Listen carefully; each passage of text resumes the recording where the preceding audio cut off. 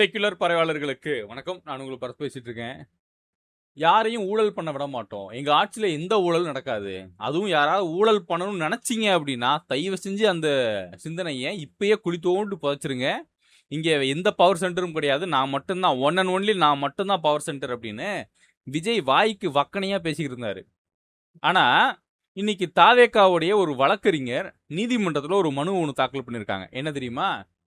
அரசு வழக்கறிஞர்களை நியமனம் பண்றதுல தாவேக்க அரசாங்கம் காசு வாங்கிட்டு வேலை பார்க்குறாங்க. அதுவும் குறிப்பா புஷி ஆனந்த் வந்து யாரை பரிந்துரை பண்றாரோ அவங்க தான் அரசு வழக்கறிஞரா மாற முடியும். இது மிகப்பெரிய ஒரு ஐயோக்கியத்தனம், லஞ்சம் வாங்குறாங்கன்னு சொல்லி ஒரு மனுவை கொண்டு போய் தாக்கல் பண்ணியிருக்காங்க தாவேக்காவுடைய ஒரு வழக்கறிஞர். இது எப்படி தெரியுமா இருக்கு? இந்த ஜில்லா படத்துல விஜய் சொல்லுவார்ல, தப்பு செய்யக்கூடாதுன்னு நாங்கள் யாரும் அடிக்கல, தப்பு செய்யணும் ஆனால் அதை நாங்கள் மட்டும் தான் செய்வோம் அப்படின்ற மாதிரி கேவலமான ஒரு சிந்தனையில், கேடுகட்ட சிந்தனையில் இவனுங்க அரசியல் பண்ணிட்டு இருக்கிறானுங்க. இந்த விஷயத்த எந்த செய்தி ஊடகமும் பெருசுப்படுத்தி ஒரு டிவி டிபேட்டாக மாற்றவே இல்லை. இங்கே இன்ஸ்டாகிராம் இன்ஃப்ளூயன்ஸ்னு சொல்லி இருக்கக்கூடிய நபர்கள் எவனும் இதை பற்றி பேசுன மாதிரி தெரியல. அதுவும் குறிப்பாக தாவேக்காவுக்கு வக்காலத்து வாங்கக்கூடிய வழக்கறிஞர் எவனுமே இதை பற்றி பேசவே இல்லை, வாய் திறக்கவே இல்லை. வக்காலி அவங்களுக்குலாம் என்ன பிரச்சனை எனக்கு தெரியல. ஏண்டா தாவேக்காவுடைய ஒரு வழக்கறிஞர் தாண்டா இந்த விஷயத்தையே எக்ஸ்போஸ் பண்ணியிருக்காரு. புஷி ஆனந்த் தலைமையில் புஷி ஆனந்த் பரிந்துரை செய்யக்கூடிய நபர்கள் தான் அரசு வழக்கறிஞராக மாற முடியும், அதுக்கு பணம் வாங்குறாங்கன்னு சொன்னதே உங்கள் கட்சி சம்மந்தப்பட்ட நபர் தான்.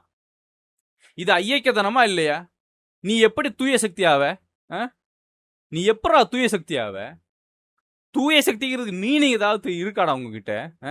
அந்த பக்கம் பார்த்தோம்னா குட்கா கேஸ் வாங்கினவன், லஞ்சம் வாங்கினவன், ஊழல் செஞ்சவன், பொறுக்கித்தனம் பண்ணவன், முளமாரித்தனம் பண்ணவன்லாம் தூக்கி கொண்டு போய் உங்கள் கட்சியில் சேர்க்குற. இப்போ அவனை சேர்த்துட்டு நாங்கள் தூய சக்தின்ற. இப்போ உன் கட்சிக்காரன், அதுவும் புஷி ஆனந்த் தலைமையில் தான் இந்த கேடுகட்ட செயல் நடக்குதுன்னு சொல்லி உன் கட்சிக்காரன் வந்து சொல்கிறான். இப்போ நீ எப்படி வந்து நீ தூய சக்தின்னு உன்னை நாங்கள் சொல்கிறது? உன்னை தூய சக்தின்னு சொல்கிறதுக்கு பதிலாக நல்லா வருது எனக்கு சக்தின்னு தான் சொல்லணும். அப்புறம் இதுக்கும் வந்து முட்டு கொடுத்துக்கிட்டு ஒரு கூட்டம் சுத்திக்கிட்டு இருக்கோம்.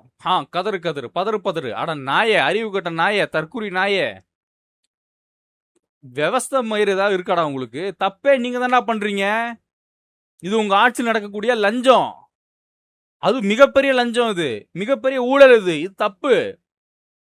அரசு தரப்புல உன் கட்சிக்காரன், அதுவும் அவன் பரிந்துரை செய்யக்கூடிய வழக்கறிஞர் தான் போய் நிக்கணும் அப்படின்னா அவன் எப்படி நியாயமா செயல்படுவான்? வன்மத்தோட செயல்பட மாட்டானா? அதுவும் வளர்ந்து கட்ட எரும மாட்டான். ஒரிஜினா போய் சொல்லிட்டு இருக்காரு ஊர் முழுக்க, கரூர்ல நடந்தது வந்து திட்டமிட்ட சதி, திமுக தான் காரணம்னு. இன்னைக்கு ஒரே போடா போட்டு காவல்துறை தான் காரணம்னு. நான் என்ன கேட்கறேன், காவல்துறை அதிகாரிகள் உங்களுக்குலாம் வெக்கமாவே இல்லையாங்க? இப்போ நான் இப்போ பேசுகிறேன், என் மேலே வழக்கு போகிறதுக்கு நீங்கள் ரெடியாக இருப்பீங்க. இவன் எங்கே லூஸ் டாக் விடுவான், இவன் எங்கே எந்த மாதிரி பேசுவான், ஏதாவது தப்பாக பேசுகிறான்னா இவன் மேலே கேஸ் போடலான்னு பல பேர் கங்கணம் கட்டிட்டு சுற்றுறீங்க. ஆனால் உங்களே அசிங்கப்படுத்துகிற மாதிரி தாவேக்கா அமைச்சர் ஒருத்தர் பேசுகிறாரு. ஆனால் அதுக்கு அமைதியாக உட்காந்துட்டு இருக்கீங்கன்னா அப்போ அந்த அமைச்சர் சொல்கிறது உண்மையா? காவல்துறை திட்டமிட்டு 41 பேரை கொன்று தாவேக்கா மேல பழிய போறதுக்கு நீங்க ரெடியா இருந்தீங்களா?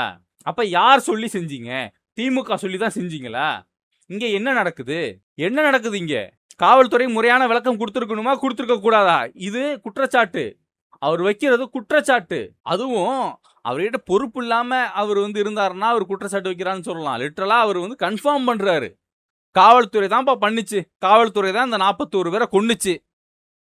ஒரு பச்சிலம் குழந்தைய துடிதுடிக்க ஒரு குழந்தை செத்து போகுது, அந்த போன உயிருக்கு காரணம் காவல்துறை தான் அப்படின்னு ஒரு அமைச்சர் சொல்றாரு, சட்டமன்ற உறுப்பினர் சொல்றாரு, மக்களால் தேர்ந்தெடுக்கப்பட்ட ஒரு பிரதிநிதி சொல்றாரு, ஆளும் கட்சி சம்பந்தப்பட்ட ஒரு நபர் சொல்றாரு. இது எப்பேற்பட்ட ஸ்டேட்மெண்ட்? இதை பத்தி விவாதம் செஞ்சிருக்கணுமா, செஞ்சிருக்க கூடாதா? இது சம்பந்தப்பட்டு நீங்க ஆதரவு நான் கூப்பிட்டு விசாரணை செஞ்சிருக்கணுமா, செஞ்சிருக்க கூடாதா? அப்ப காவல்துறை நீங்க தான் பண்ணீங்களோ, 41 பேரை நீங்க தான் கொன்னீங்களோ? இருக்குமோ, ஒருவேளை இருக்குமோ? கேவலமா இருக்கு.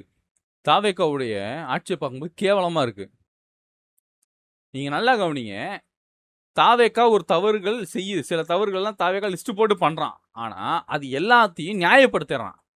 இதே விஷயத்த இந்த பக்கம் இருக்கிறவன் செஞ்சான்னா அவனை போட்டு குத்துன்னு குத்த வேண்டியது. குதிரை பேரம் நடத்தி சட்டமன்ற உறுப்பினர்களை ராஜினாமா செய்ய சொல்லி உங்க கட்சியில நீங்க சேர சொல்றீங்கல்ல, அதுக்கு வாக்கு மூலம் வைகோ கொடுத்த ஸ்டேட்மெண்ட் தான். இன்னைக்கு வைகோ வந்து மாத்தி மாத்தி பேசலாம். அன்னைக்கு வைகோ ரொம்ப தெளிவா பேசினாரு. அன்னைக்கு வைகோ தெளிவில்லாம பேசினாருன்னா பைத்தியம்மா வைகோ. பேசாம வைகோவை வைகோன்னு பேரை வச்சுக்கிறதுக்கு பதிலா சைக்கோன்னு மாத்திருக்கேன். சைக்கோவா வைகோ? எனக்கு புரியல. இது எப்பேற்பட்ட ஒரு மோசடி வேலை?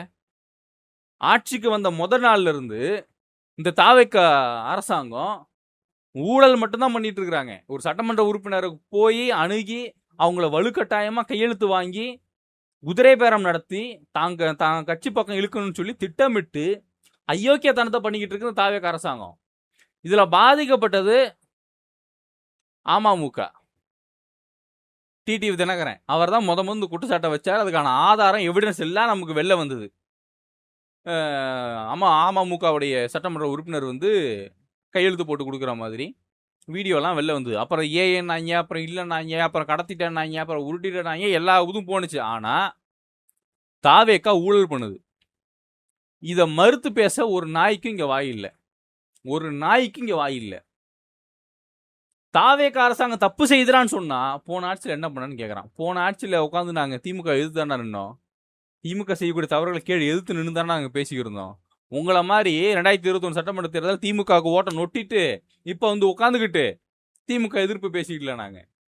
நாங்கள் அப்பத்துலேருந்து இப்போ வரைக்கும் திமுக எதிர்ப்பில் தான் இருந்தோம்.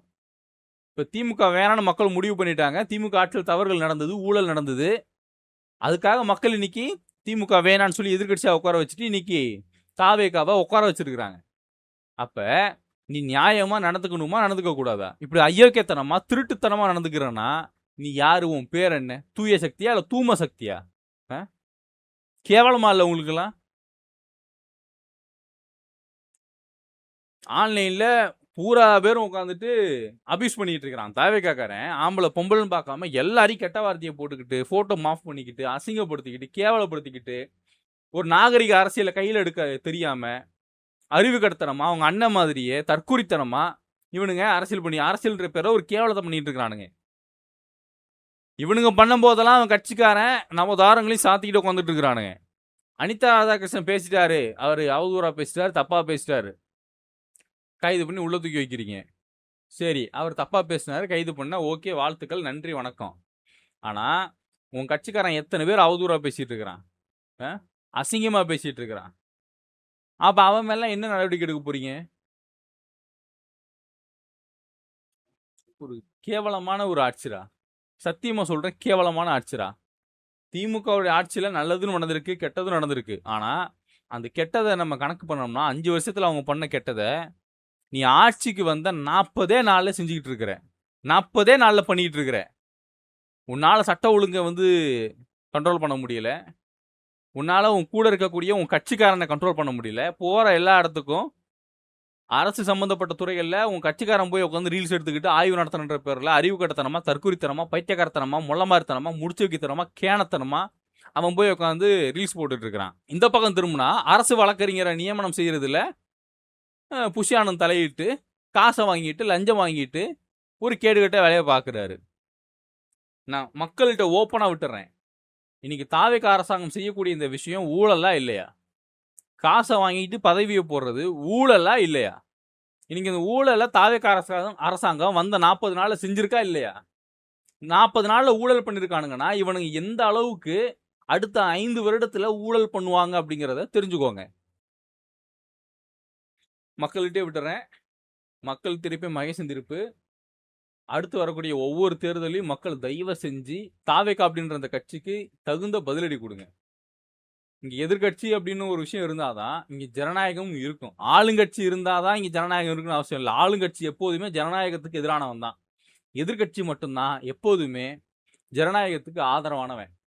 இதுதான் இங்க அரசியல். அந்த கட்டமைப்புல தான் இந்த இந்தியா ரன் ஆகிட்டு இருக்கு. அப்படிதான் தமிழ்நாடு இருந்துகிட்டு இருக்கு. அப்படிதான் இருக்கணும்.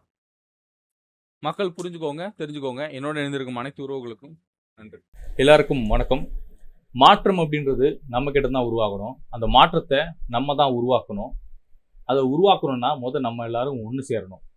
அப்படி ஒன்று சேரத்துக்கான ஒரு சின்ன ஒரு முன்னெடுப்பா வாட்ஸ்அப் கம்யூனிட்டியை நம்ம வந்து ஓப்பன் பண்ணியிருக்கோம். அதில் உங்களுக்கு விருப்பம் இருக்குது அப்படின்னா நீங்கள் அதில் சேர்ந்துக்கலாம். நம்ம எல்லாருக்கும் தனிப்பட்ட ரீதியில் திராவிடமோ, தமிழ் தேசியமோ, இந்திய தேசியமோ, ஏதோ ஒரு சித்தாந்தம், ஏதோ ஒரு கொள்கை நமக்கு பிடிச்சிருக்கும். ஆனால் அடிப்படையில் எல்லாமே மக்கள் நலனுக்காக உருவாக்கப்பட்ட ஒரு கொள்கை. மக்கள் பிரச்சனையை பற்றி மட்டும்தான் நம்ம பேச போகிறோம். தொகுதிக்கு நம்ம ஒரு 50 பேர் ஒன்று சேர்ந்தா கூட அது ஒரு மாற்றத்துக்கான ஒரு முதல் படியாக இருக்கும்.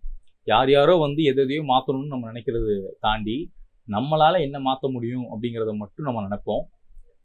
ஒன்றிணைவோம், ஒன்றிணைப்போம், ஒன்று சேருவோம்.